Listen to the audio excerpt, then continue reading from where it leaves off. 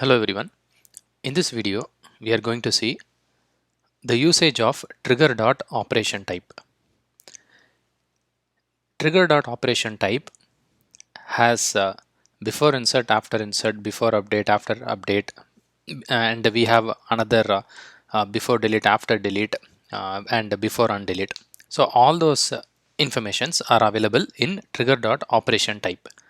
In this video, we are going to talk about before insert, after insert, before update, and after update. Um, Previously, we will uh, uh, use trigger.isInsert, trigger.isAfter, trigger.isBefore, those things to find out in which context the Apex code is running, and based on that, we will be calling the required methods to execute. But using switch statement, if we use the same before insert and after insert, etc., from trigger.operationType, the performance will be slightly higher because we are using switch.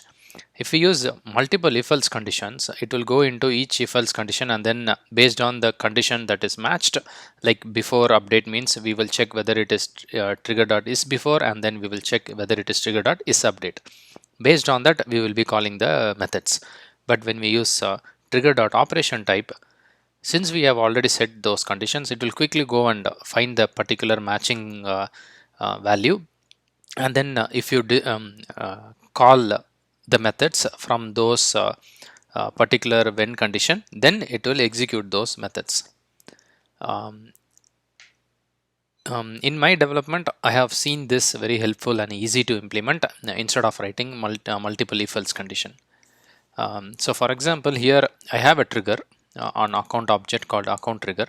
I have before insert, after insert, before update, and after update events. So when I insert a record, before insert and after insert will be called, and when I update an account record, then it will call before update and after update. So let's see by inserting a sample account record.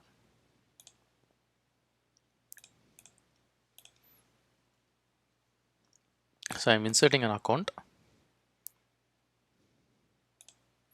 So it called before insert and after insert.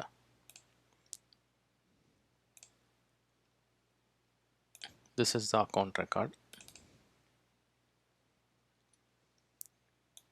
Testing. So next what I'm going to do is I'm going to update this record.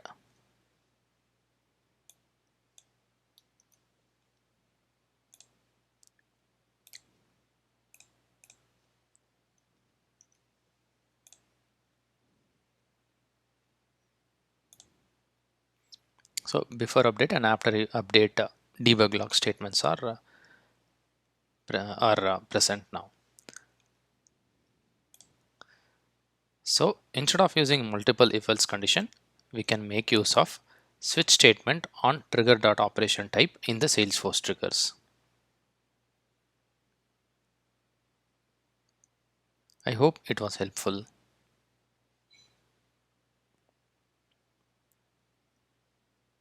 Thank you for watching.